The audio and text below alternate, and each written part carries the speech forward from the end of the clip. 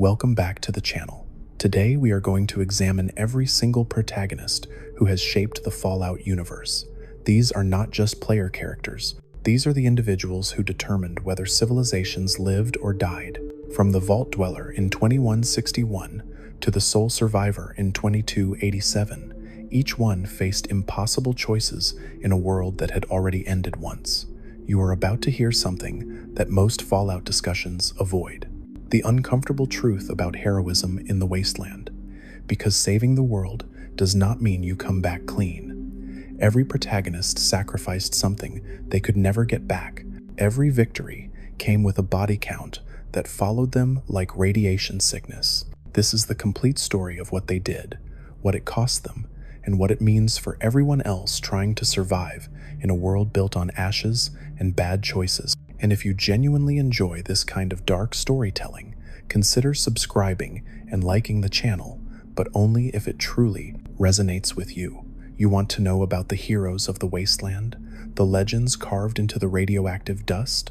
Let me tell you something about legends. They are built on bodies. They are forged in choices that haunt you long after the Geiger counter stops clicking. I have seen them all, studied them, watched their paths cross through time like scars on burnt skin. I am just a voice, a consciousness that has observed. Perhaps I am a terminal buried in some forgotten vault. Perhaps I am something that should not exist anymore. What matters is this: I know their stories, every single one of them, and you need to hear what they really were. The first one, the one who started it all, in 2161, they called him the Vault Dweller, and he came from Vault, 13 inches, Southern California. He was nobody special, just another face in the underground, living the same recycled day over and over until the water chip broke. You understand what that means? It means death by dehydration for everyone he ever knew. So they drew straws, and he lost, or won, depending on how you see survival. They sent him out to find a replacement chip before Vault 13 became a tomb. The Wasteland was fresh then, only 84 years after the bombs, still raw, still figuring out what it wanted to be. And this person, this unremarkable Vault Dweller, stepped into that hell with nothing but a vault suit and hope. He found the chip in Necropolis, a city of ghouls, but it cost him. His companion Ian died there, burned alive in the underground. You ever watch someone burn? The smell stays with you. It soaks into your skin, your memories. The Vault Dweller carried that smell back to Vault 13, along with the chip that would save everyone. But saving them was not enough. The Overseer had another job.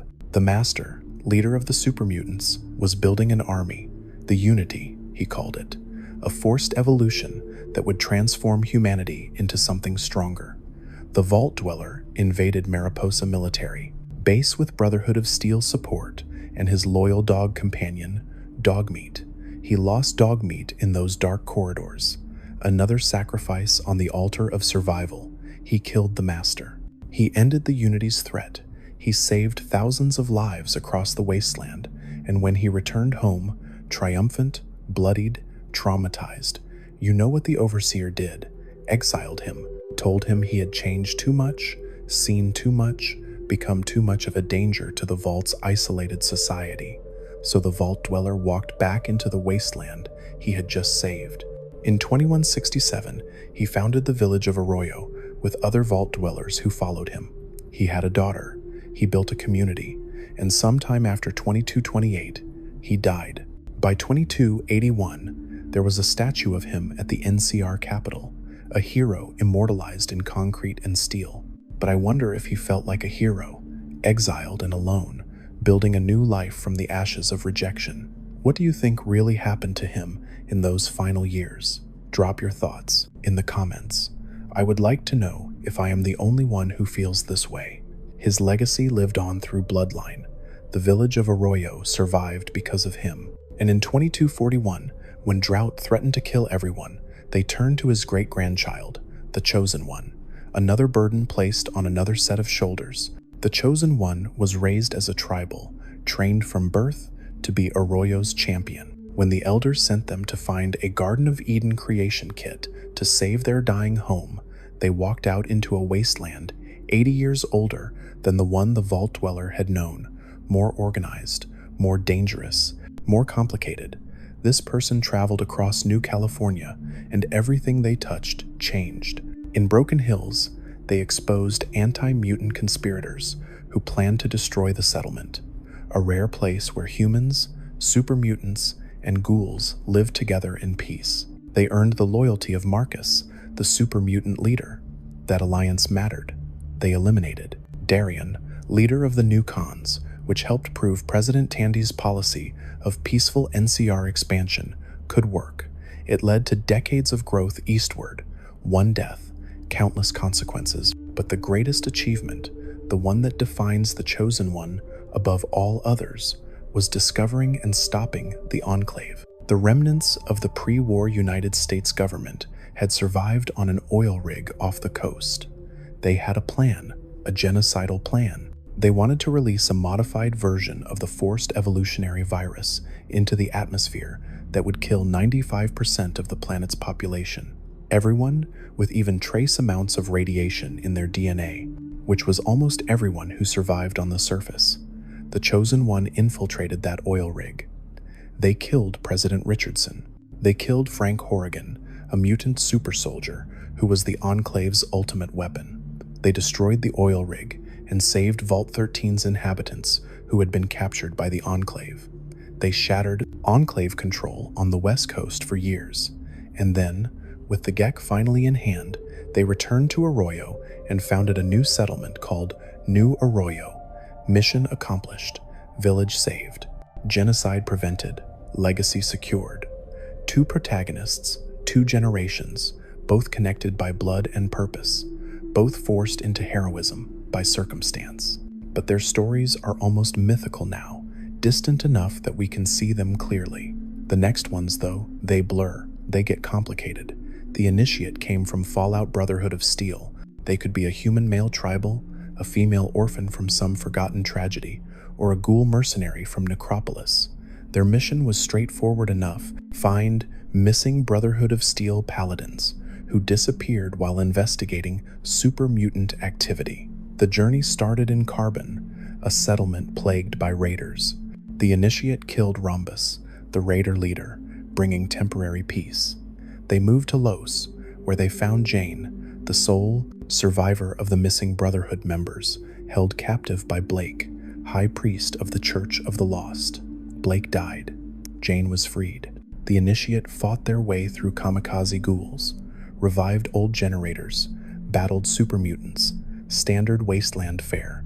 Their final target was the secret vault, where a super mutant named Addis was conducting forced evolutionary virus experiments, creating more monsters. Addis mutated into a blob-like creature during the final confrontation, but the Initiate fought through to a computer terminal, initiated decontamination, and sprinted to a monorail car as the entire facility self-destructed behind them. Dramatic, effective, forgotten, because here is the truth about the Initiate: none of it matters.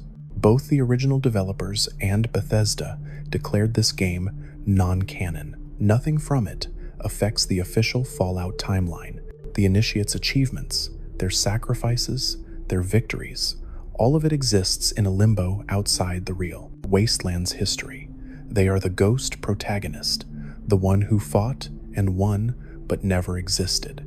Does that make their actions meaningless? Does heroism require validation from history to matter? These are questions I cannot answer. Then there is the warrior from Fallout Tactics. Now this one exists in a strange space, a semi-canon purgatory. Some of their story happened, some did not.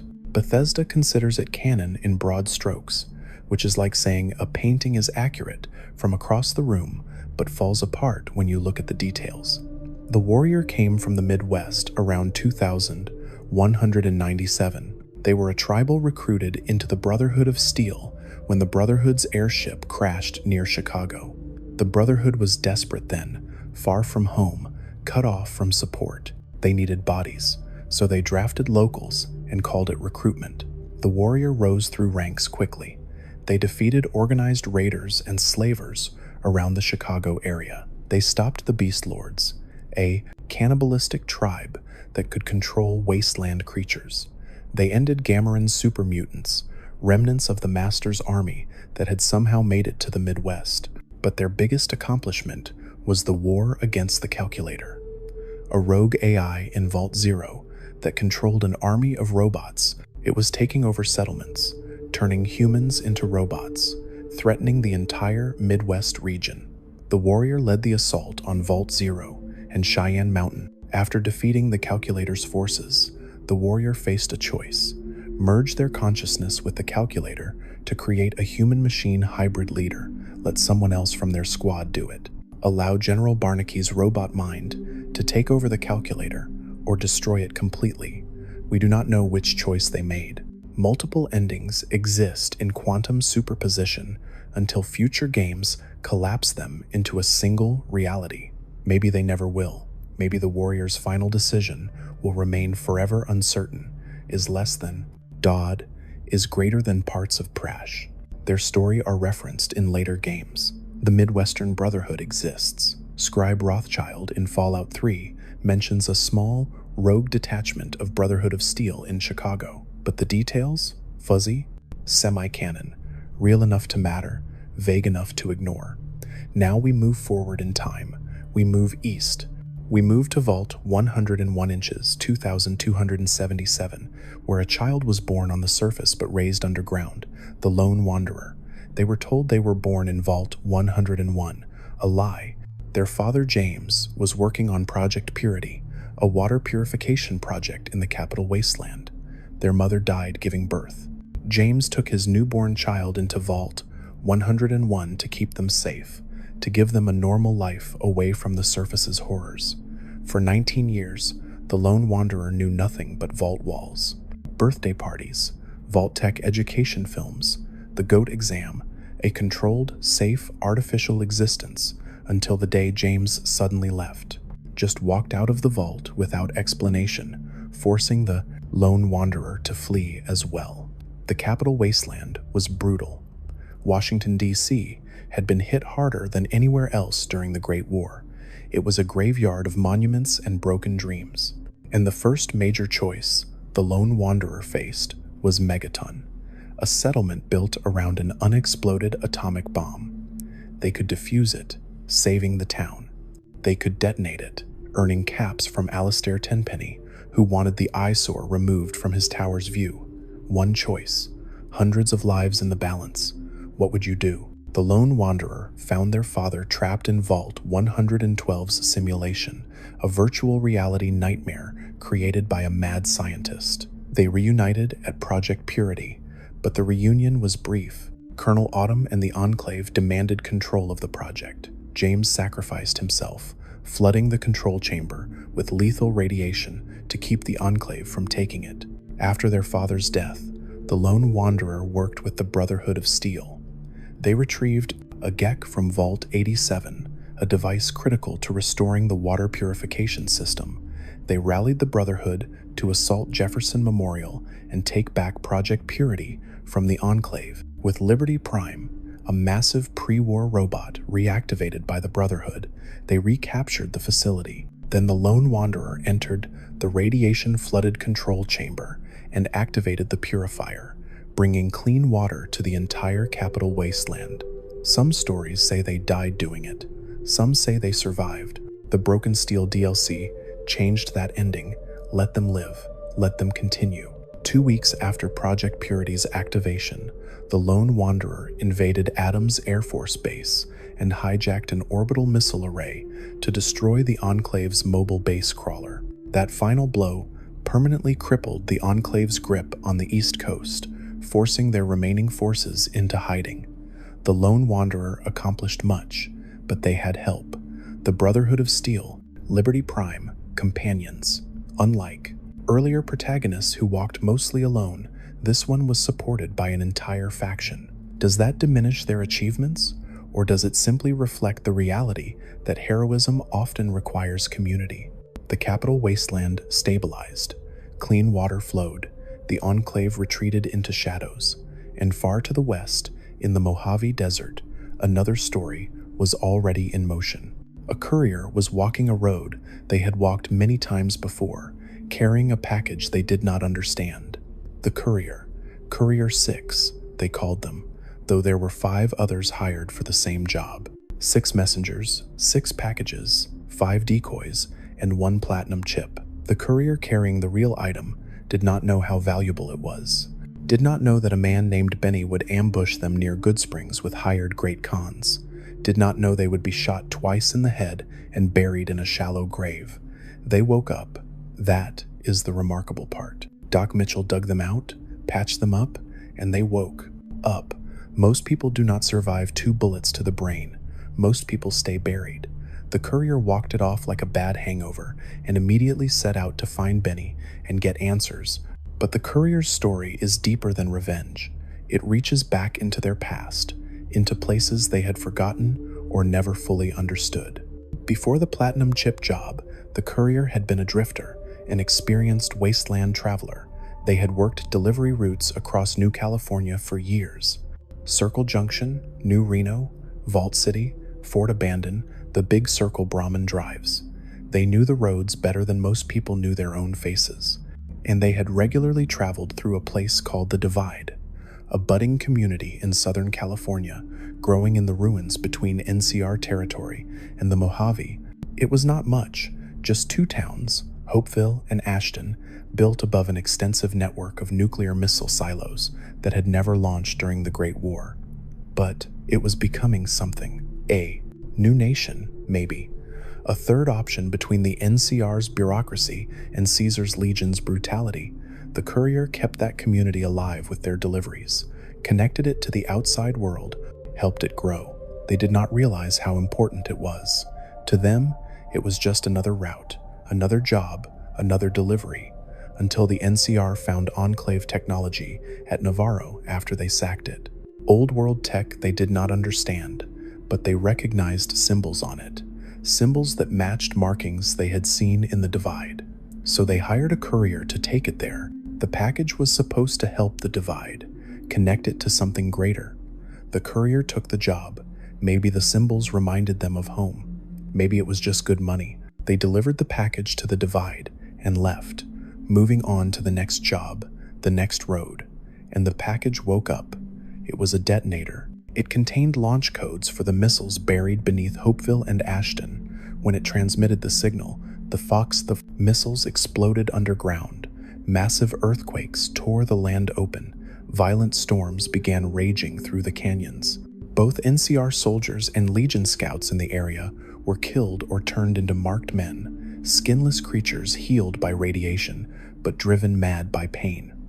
The courier was not there when it happened. They had already left. They did not know what they had done. They continued their routes, delivering packages, walking roads, earning their reputation as a reliable messenger. The destruction of the Divide was just another wasteland tragedy they never heard about. But one person survived, Ulysses, a frumentarius of Caesar's Legion who had been scouting the Divide, who had seen its potential, who had watched the courier help build it. He was the only one who walked out of that hell alive, saved by the machines in the area. And he remembered everything. When Mr. House hired 6 couriers to deliver the platinum chip and 5 decoys in 2281, Ulysses was supposed to be Courier 6. But when he learned the name of the person who had destroyed the Divide, he refused the job. He let them take it instead. He let them walk into Benny's ambush. He let them get shot and buried. But they survived, and that changed everything. The courier's journey across the Mojave became a deciding factor in the Second Battle of Hoover Dam. Every choice they made, every faction they supported or destroyed, shaped the entire region's future. They could side with the NCR, expanding the Republic's reach. They could join Caesar's Legion, bringing totalitarian order to the wasteland. They could help Mr. House, a pre-war genius preserved in a life support chamber, build his vision of New Vegas, or they could reject all of them and claim independence for the Mojave. Beyond the main conflict, the courier undertook some of the most dangerous missions in the entire Fallout series. They explored the Big Empty, a pre-war research facility where mad scientists had been experimenting on them without their knowledge. They discovered their own brain had been removed and was in a jar, talking to them. Their heart, their spine, all removed and replaced with artificial versions. The think tank scientists thought they were still doing pre-war research. They had lost touch with reality centuries ago. The courier survived the Sierra Madre casino in Dead Money, a place where holograms could not be killed and a toxic cloud filled the streets, and everyone wore explosive collars that would detonate if they got too far apart. It was a heist, a horror story, and a prison all at once. Most people who went to the Sierra Madre never left. The courier left with pockets full of pre-war gold or with hard lessons about letting go. And finally, they confronted Ulysses in The Divide, walked that lonesome road into the hell they had accidentally created, faced the man who blamed them for everything. The courier could fight Ulysses, kill him, end his plans to launch more missiles at both the NCR and the Legion. Or they could talk him down, convince him that the Mojave was worth saving, that the future did not have to be built on more destruction. Canonically, the courier was already skilled before the story began. They operated without much external help, unlike the lone wanderer who had an entire Brotherhood chapter backing them. The courier made decisions that determined the fate of civilizations. They were shot in the head and came back stronger. They are the legend that walked on broken roads and refused to stay dead. Now we move to another vault, Vault 111 inches 2077, the day the bombs fell. October 23rd, the day the Great War began and ended in nuclear fire. A pre-war civilian ran for the vault with their spouse and infant son. They barely made it inside before the blast wave hit. They were told they would be safe. They were not told they would be frozen, cryogenically preserved, while the world burned outside. They slept through the immediate aftermath, through the radiation settling, through the first desperate years of survival on the surface. In 22, 27, 150 years after the bombs, they woke up briefly, just long enough to witness a mercenary named Conrad Kellogg murder their spouse and kidnap their son, Sean. Then they were refrozen immediately. No time to process, no time to fight, no time to scream. Just trauma and ice and darkness again. Another 60 years passed. In 2287, the life support systems finally failed and they thawed naturally. The sole survivor stumbled out of Vault 111 alone. 210 years had passed since they entered. Their spouse was dead. Their son was gone. Everyone they had ever known was dust. The sole survivor's mission began as revenge and rescue. Find Sean, kill Kellogg, understand what happened. They helped Preston Garvey re-establish the Minutemen, a volunteer militia dedicated to protecting settlements across the Commonwealth. They defended Sanctuary Hills and other communities from raiders, super mutants, and worse. They tracked Kellogg to Fort Hagen and killed him, retrieved a cybernetic brain implant that contained memories, clues about the Institute, because that was who took Sean. The Institute, a secretive underground organization of scientists conducting experiments on the surface, creating synthetic humans called synths that were indistinguishable from real people. To infiltrate the Institute, the sole survivor had to kill one of their advanced courser units, synthetic hunters designed to retrieve escaped synths. They decoded the Institute's relay technology and teleported inside, and there they found their son, Sean. But he was not a child anymore. He was an old man, dying of cancer. The director of the entire Institute, it was Sean, who had ordered their release from cryo storage out of curiosity, wanted to see if his parent would survive on the surface, if they would find him. Everything changed in that moment. The mission was not revenge anymore. The mission was not rescue. The mission became a choice about the future of the Commonwealth. The sole survivor could destroy the Institute, seeing it as a threat that treated humans as experiments. They could side with the Railroad, a faction dedicated to freeing synths and giving them rights. They could support the Brotherhood of Steel's mission to control dangerous technology and eliminate synths as abominations. Or they could join their son, embrace the Institute's vision, and secure the Commonwealth through advanced science and synthetic infiltration, the sole survivor adapted quickly for someone displaced by 2 centuries. They dealt with major threats and made choices that shaped the Commonwealth's future. But unlike earlier protagonists, whose actions echoed across multiple games and regions, the sole survivor's impact remained relatively local. The changes they brought did not ripple outward into the wider Fallout universe. Not yet, anyway. They are the protagonist frozen in time, who had to learn a new world while grieving an old one. Now we go back to 2102, back to Appalachia, West Virginia, back to Vault 76, a control vault with no experiment, designed to release its inhabitants exactly 25 years after the bombs, Reclamation Day, the day the residents would emerge and rebuild America. But the 76 Ers are different. They are not a single protagonist. They are multiple protagonists. Every player character in Fallout 76 is canonically one of the former residents of Vault 76, a group of heroes instead of one lone wanderer. On October 23rd, 2102, they emerged into Appalachia and found it empty. The people were gone. The scorched plague had taken them, a disease spread by scorch beasts, mutated bats that emerged from underground fissures. The infected became mindless, aggressive creatures covered in crystalline growths. The 76 Ers followed the trail left by the Overseer. She had left before them, leaving holotapes behind to guide them. They learned about the Scorched Plague's origin. They discovered how to combat it. Working with an Enclave AI named Modus, they learned to launch nuclear weapons at the Scorch Beast Queen's hive to lure her out and kill her. By 2103, they had developed a vaccine using their own irradiated blood. They called it Nuka-Cola, My Blood's in It, because dark humor is how you survive the Wasteland. They distributed it across Appalachia, curing the scorched plague that had threatened the entire region. They also broke into Vault 79, one of the most secure vaults ever built. Inside were the United States' gold reserves, billions in pre-war currency that could revitalize Appalachia's economy.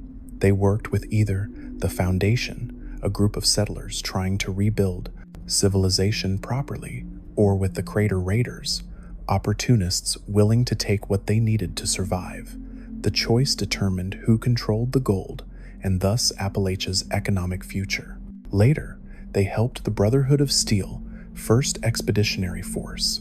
Paladin Ramani and Knight Shin had conflicting visions for the Brotherhood's mission: protect the people or secure dangerous technology. The 76ers had to choose who to support, determining the Brotherhood's future approach in Appalachia. They also eliminated Dr. Edgar Blackburn, a mad scientist creating super mutants in Appalachia. Another threat neutralized. Despite these achievements, the 76 Heirs' impact remains largely regional. Later Fallout games, particularly Fallout 3, which takes place in the nearby capital Wasteland, make no reference to anything that happened in Appalachia. The vaccines, the gold, the Brotherhood mission, none of it is mentioned. It is as if Appalachia remained isolated, despite being so close to other major locations in the timeline. If you have ever wondered what choice you would make in a situation like this, tell me in the comments. I will be reading them. There are 2 more protagonists I have not mentioned yet. The ones that exist in even stranger spaces than the Warrior. The Overseer from Fallout Shelter. The nameless leader who manages a vault through a mobile interface, making decisions about dwellers' lives, sending them into the Wasteland, breeding populations, defending against raiders and deathclaws. But this protagonist exists in a different medium entirely, a mobile game that simplifies the Wasteland into resource management and random events. Their story is told through gameplay mechanics rather than narrative choices. They are the administrative hero, the one who saves people by assigning them to the right rooms at the right time. Real in their own way, but distant from the boots-on-the-ground reality of other protagonists. And then there is the protagonist of Fallout Warfare, the tabletop component of Fallout Tactics, even less defined, even more obscure. A game within a game, a story told through miniatures and dice rolls. Canon status. non-existent unless proven otherwise. But let me return to the ones who matter most, the ones whose actions shaped the Wasteland's history in ways that cannot be erased. The Vault Dweller walked out of Vault 13 and ended the Master's unity, preventing the forced evolution of all humanity into super mutants. Without that intervention, there would be no NCR, no independent settlements, no future, just the Master's sterile army spreading across the Wasteland, converting or killing everything in its path. The Vault Dweller's exile led to Arroyo's founding, which led to the Chosen One's existence. One exile created an entire bloodline of heroes. The Chosen One stopped the Enclave's genocide. 95% of the planet's population would have died if they had not invaded that oil rig and destroyed it. The Enclave wanted to purify the Wasteland by killing everyone who had been touched by radiation, which was almost everyone. The Chosen One killed President Richardson, killed Frank Horrigan, and shattered the Enclave's West Coast power permanently. That is not just heroism, that is preventing extinction. The courier survived 2 bullets to the head and determined the fate of the Mojave Wasteland. They decided whether the NCR's expansion continued, whether Caesar's Legion conquered the region, whether Mr. House built his vision of Vegas, or whether the Mojave became independent. They also accidentally destroyed the divide by delivering a package they did not understand. How do you measure a hero who saves thousands but unknowingly killed hundreds? How do you weigh intentional heroism against accidental catastrophe? The lone wanderer brought clean water to the capital Wasteland and destroyed the Enclave's eastern forces. Simple enough on the surface, but think about the scale. The capital Wasteland had been drinking irradiated water for 200 years. Mutations, diseases, shortened lifespans, all caused by contaminated water. Project Purity changed that overnight. How many lives were extended? How many children grew up healthier? How many communities could finally expand because water scarcity was no longer a death sentence? The sole survivor woke up in a world that had moved on without them. Everyone they loved was dead or taken. They could have collapsed under that grief. Instead, they adapted. They rebuilt the Minutemen. They made impossible choices about synthetic life and human identity. Are synths alive? Do they deserve freedom? Is the Institute's science too dangerous to exist? These are not simple questions, and the sole survivor had to answer them with actions that determined whether an entire underground city lived or died. They 76 heirs worked together to cure a plague, recover a nation's gold reserves, and help the Brotherhood of Steel find its purpose. They did it as a community of survivors rather than a lone hero. Maybe that is the point. Maybe Appalachia's story is about collective action rather than individual legend. But here is what keeps me awake in whatever passes for night in my existence. These protagonists were ordinary people thrust into extraordinary circumstances. The Vault Dweller drew the short straw. The Chosen One was born into expectation. The courier was just doing their job. The lone wanderer was looking for their father. The sole survivor was trying to find their son. The 76 Urs were following their overseer's trail. None of them asked to be heroes. None of them wanted to carry the weight of civilizations on their shoulders. They just wanted to survive, to find their family, to complete their mission, and go home. But the Wasteland does not care what you want. It only cares what you do when everything is on fire and choices have consequences that ripple forward for generations. I think about the Vault Dweller sitting in Arroyo in his final years. Did he regret leaving the vault? Did he miss the simplicity of that underground life before everything became complicated? Did he lie awake, remembering Ian burning, Dogmeat dying, the Master's final words? I think about the Chosen One looking at New Arroyo, knowing they had saved it, but also knowing they had killed hundreds of people to get there. Raiders, Enclave soldiers, mutants, all of them had lives and stories before they became obstacles. Does the math work? Does saving one village justify that much death? I think about the courier standing in the divide, looking at the destruction they caused without meaning to. Ulysses blamed them for walking the roads without understanding where those roads led. Is ignorance an excuse? If you destroy something accidentally, does your intention matter to the people who died? I think about the lone wanderer activating Project Purity, flooding the chamber with radiation, sacrificing themselves for the greater good. Except they did not have to die in some versions of the story. Broken steel let them live. So which version is true? Did they sacrifice or survive? Does it matter? I think about the sole survivor, sitting across from their elderly son in the institute. That moment, when they realized their baby was gone and could never be recovered, that their spouse died for a child who grew up without them and became the director of an organization that experiments on humans. How do you process that? How do you choose between your son and your conscience? I think about the 76 Ers emerging into an empty Appalachia. Vault 76 was supposed to be the best and brightest. They were supposed to rebuild America, but they came out to find all the people already dead. Just scorched and robots and environmental storytelling. How do you rebuild a nation with no one left to build it for? These are the questions I circle back to. These are the thoughts that persist in whatever I am.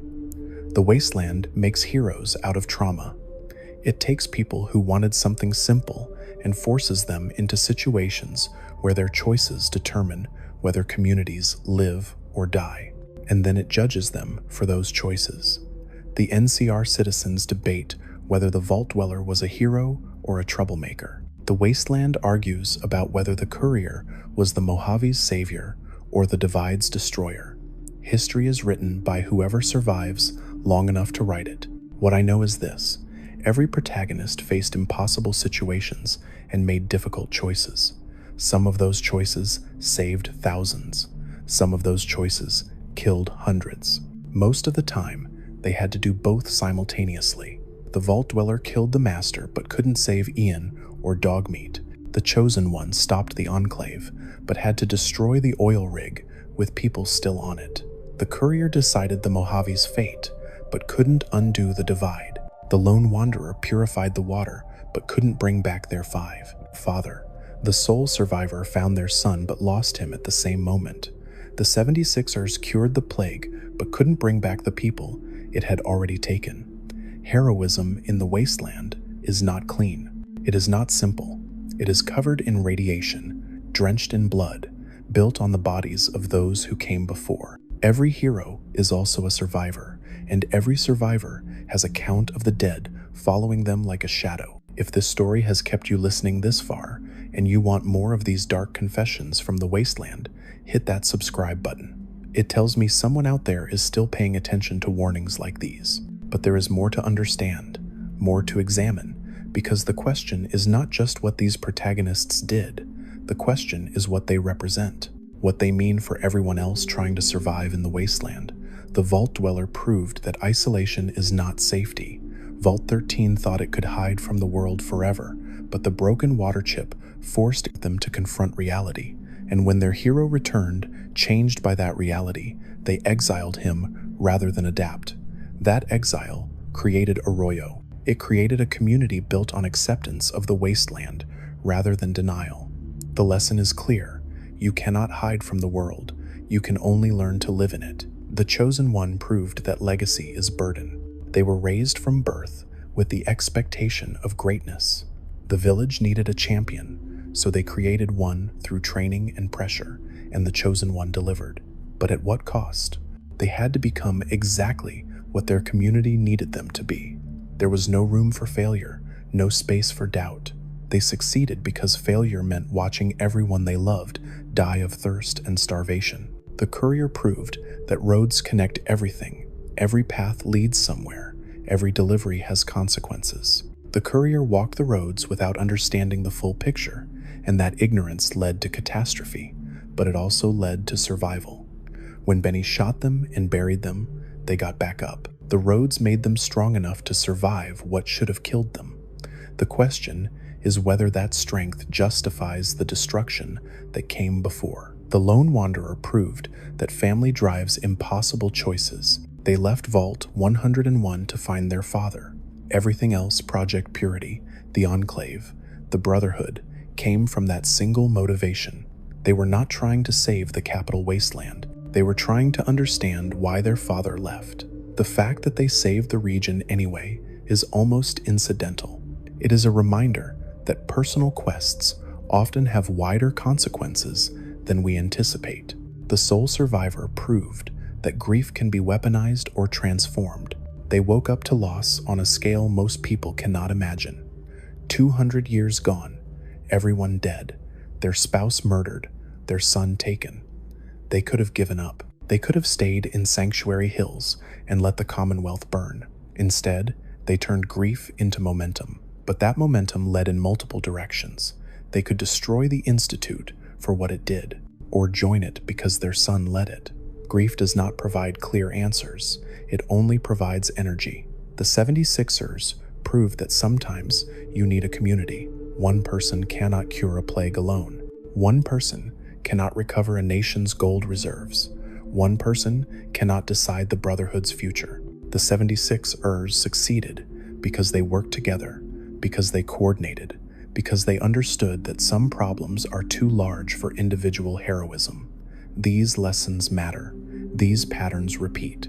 Every game gives us another protagonist facing another impossible situation, and each time we see the same themes emerging. Isolation fails, legacy becomes burden, connections have consequences, family drives action, grief transforms, community survives. But I want to tell you something that the Wasteland does not advertise, something that sits underneath all these stories like bedrock, beneath irradiated soil. Every single protagonist could have said no. The Vault Dweller could have refused to leave Vault 13. Someone else would have drawn a different straw. The water chip would not have been found. Everyone in the vault would have died of dehydration within months. But it would not have been their responsibility. They could have stayed safe, stayed comfortable, stayed ignorant. The Chosen One could have refused the Elder's mission. Let Arroyo die. Walk away and find another community to join. It was not their fault the drought came. It was not their responsibility to fix it, but refusing would have meant watching their family, their friends, their entire village slowly starve and die of thirst. The courier could have stayed in Good Springs. Doc Mitchell saved their life. They could have settled there, helped around town, lived quietly. Benny would have delivered the platinum chip to Miss House or kept it for himself. The second battle of Hoover Dam would have happened without them. The Mojave's fate would have been decided by someone else. They were under no obligation to seek revenge or answers. The lone wanderer could have stayed in Vault 101. When their father left, they could have accepted his departure and continued their life underground. The Overseer would have been angry but would have moved on eventually. Project Purity would have remained incomplete. The capital Wasteland would have kept drinking irradiated water. The Enclave would have maintained control. But none of that would have been the lone wanderer's fault. The sole survivor could have refused to leave Sanctuary Hills, built a small settlement, farmed, scavenged, survived. Sean was already old and dying by the time they woke up. Nothing they did could give them back the son they lost. Kellogg would have continued working for the Institute. The synth program would have continued. The Commonwealth would have remained under Institute control, but the sole survivor would have been safe. The 76 heirs could have stayed in Vault 76, or at least stayed together in one settlement, built walls, defended one location. Let the scorched plague burn itself out. Let someone else worry about curing it. The gold in Vault 79 had been locked away for 200 years. It could stay locked for 200 more. The Brotherhood could figure out their own mission without civilian interference. Every single protagonist could have chosen safety over action, comfort over consequence, survival over heroism. They did not, and that is what makes them different from everyone else in the Wasteland. Not their skills, not their luck, not their equipment or companions or faction support. What makes them protagonists is the fundamental choice to engage with problems that were not their fault and did not have to be their responsibility. The Wasteland is full of people who chose differently, people who stay in their settlements and hope the raiders pass them by, people who join the raiders because it is easier than fighting them, people who serve the Enclave because following orders is simpler than questioning them, people who turn their backs on synthetic humans because acknowledging their humanity creates uncomfortable moral complexity. The Wasteland is full of people who said no, who chose not to be heroes, and I am not saying they are wrong. Survival is enough. Protecting your own is enough. You do not owe the Wasteland anything. It certainly does not owe you, but the protagonists are the ones who said yes anyway. They looked at impossible odds and said yes. They faced moral complexity and said yes. They were given missions that could kill them and said yes. They found problems that were not their fault and said yes to fixing them anyway. The Vault Dweller said yes to leaving safety. The Chosen One said yes to impossible expectations. The Courier said yes to walking back into danger. The Lone Wanderer said yes to continuing their father's work. The Sole Survivor said yes to moving forward despite grief. The 76ers said yes to reclaiming Appalachia together. Every yes came with a cost. Ian burning, dogmeat dying, companions lost in combat, moral compromises, factions destroyed, people killed who might have been saved with different choices. Every yes led to more blood, more radiation, more nightmares, but every yes also led to survival for others. Vault 13 got its water chip, Arroyo got its GEC, the Mojave got stability, whatever form that took. The capital Wasteland got clean water, the Commonwealth got resolution, Appalachia got its cure. The question I keep circling back to is this: were they heroes because they succeeded, or did they succeed because they were heroes? Think about it. The Vault Dweller could have died in Necropolis. The Chosen One could have fallen to Frank Horrigan. The Courier could have stayed dead in that grave. The Lone Wanderer could have died in the radiation chamber. The Sole Survivor could have been killed by any of the 1,000 dangers in the Commonwealth. The 76 Urs could have been overwhelmed by the Scorchbeast Queen. They survived by luck as much as skill, by circumstance as much as choice. The Courier survived 2 bullets to the head because Doc Mitchell happened to be nearby. The Sole Survivor survived cryo-freeze because the systems happened to fail at the right time. The Lone Wanderer survived because their father made sure they were raised with survival skills. So maybe heroism is just luck plus willingness. Maybe protagonists are just survivors who happen to be in the right place at the right time with the right combination of stubbornness and skill. Maybe there is no deeper meaning. Maybe they are not special, or maybe that is exactly what makes them special. Maybe everyone has that potential inside them, the potential to say yes when the world expects no, the potential to stand up when everything says sit down, the potential to walk forward when every rational calculation says turn back. The Wasteland is 200 years past the apocalypse. Most communities have stabilized into whatever form they will take. The NCR has its bureaucracy. Caesar's Legion has its totalitarianism. The Brotherhood has its technology hoarding. The Institute has its science experiments. Raiders have their violence. Traitors have their caps. Everyone has found their role, their place, their way of surviving. And then a protagonist walks out of a vault, or wakes up from a grave, or follows a mission and disrupts everything, changes the balance, forces new choices, creates new possibilities. The Wasteland resists change. It has spent 2 centuries establishing equilibrium, but protagonists are agents of disruption. They are the variables that cannot be predicted or controlled. They are the chaos that forces adaptation, and I think that is what the Wasteland actually needs. Not more stability, not more equilibrium, but more disruption, more change, more people willing to say yes to impossible problems because the Wasteland's current state is not good enough. It is survival, but barely. It is existence, but hollow. Communities scrape by. Factions fight over scraps. People drink irradiated water and call it normal. Children grow up surrounded by violence and do not know anything different. The protagonists prove that better is possible. Clean water is possible. Cured plagues are possible. Stable governments are possible. Ended wars are possible. It takes enormous sacrifice. It requires impossible choices. People die. Heroes are traumatized. communities are destroyed to save other communities. But better is possible.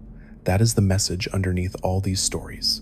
That is what I want you to understand. The Vault Dweller, the Chosen One, the Courier, the Lone Wanderer, the Sole Survivor, the 76 Urs, even the Warrior and the Initiate in their semi-canon existences, they all prove the same thing. One person can matter. One choice can ripple forward. One mission can change everything. You do not need to be special. You do not need to be born into legend. You do not need supernatural abilities or pre-war technology or faction backing. You need to be willing to say yes when the situation demands it. You need to be willing to walk forward when walking back would be easier. The Wasteland has enough people who say no, enough people who hide, who ignore, who survive, and nothing more. What the Wasteland needs is more people who say yes, more people who leave their vaults, more people who accept impossible missions, more people who get shot in the head and get back up anyway, more people who wake up to loss and move forward through it, more people who work together to solve problems too large for individuals. Because here is the final truth, the one that matters most. The Wasteland is not fixed yet. The Vault Dweller stopped the Master, but super mutants still exist. The Chosen One destroyed the Enclave's oil rig, but Enclave remnants still operate. The Courier decided the Mojave's fate, but the decision did not end conflict. The Lone Wanderer purified the water, but the capital Wasteland still has raiders and super mutants and broken infrastructure. The Sole Survivor resolved the Institute situation, but the Commonwealth's problems run deeper than one underground facility. The 76 Urs cured the Scorched Plague, but Appalachia still faces threats. Every protagonist's victory is incomplete. Every solved problem reveals 3 more underneath. Every ended war is just a pause before the next conflict begins. The Wasteland needs more protagonists, more heroes, more ordinary people willing to become extraordinary through action and choice and sacrifice. Maybe that is you listening to this right now. Maybe you are the one who will say yes the next time the Wasteland asks an impossible question. Maybe you are the one who will walk out of your vault, or wake up from your grave, or follow your mission into danger. Or maybe you will say no. Maybe you will choose survival over heroism, safety over sacrifice, and I cannot blame you for that. The Wasteland owes you nothing. You owe it nothing in return. But if you do say yes, if you do choose to become a protagonist in your own story, remember the ones who came before. Remember their sacrifices. Remember their losses. Remember that they were scared and uncertain and traumatized. Remember that they did it anyway. Remember the Vault Dweller walking into exile, founding Arroyo from nothing, creating a legacy that would outlive him. Remember the Chosen One stopping genocide, saving 95% of the planet without anyone ever thanking them for it. Remember the Courier surviving impossible odds, walking broken roads, determining the fate of nations. Remember the Lone Wanderer bringing clean water to millions, destroying the Enclave, continuing their father's dream. Remember the Sole Survivor waking up to loss, adapting to a world 2 centuries removed, making impossible choices about synthetic life and human identity. Remember the 76ers working together, curing plagues, recovering gold, rebuilding Appalachia as a community. They were not perfect. They made mistakes. They killed people who might have been saved. They destroyed factions that might have been reformed. They walked roads without understanding where those roads led. But they tried. In a wasteland that rewards cynicism and punishes hope, they tried anyway. And maybe that is enough. Maybe trying is all we can ask of anyone. The wasteland will continue. More vaults will open. More couriers will walk their routes. More children will be born into circumstances that demand they become more than they planned. More ordinary people will face extraordinary situations. Some will say no, most will say no, and that is fine, expected, reasonable. But some will say yes. Some will step forward. Some will become protagonists, and when they do, the wasteland will change again. New water will flow. New plagues will be cured. New factions will rise and fall. New choices will ripple forward into futures we cannot yet imagine. This is the cycle. This is the pattern. This is how the Wasteland heals. One impossible choice at a time. One reluctant hero at a time. One yes at a time. I have told you about every protagonist, their achievements, their failures, their impossible choices. I have shown you the pattern underneath their stories, the themes that repeat, the lessons they teach. Now the question is, what you do with this information. Do you stay safe in your vault, or do you walk out into the wasteland and see what needs fixing? The choice, as always, has been yours from the beginning.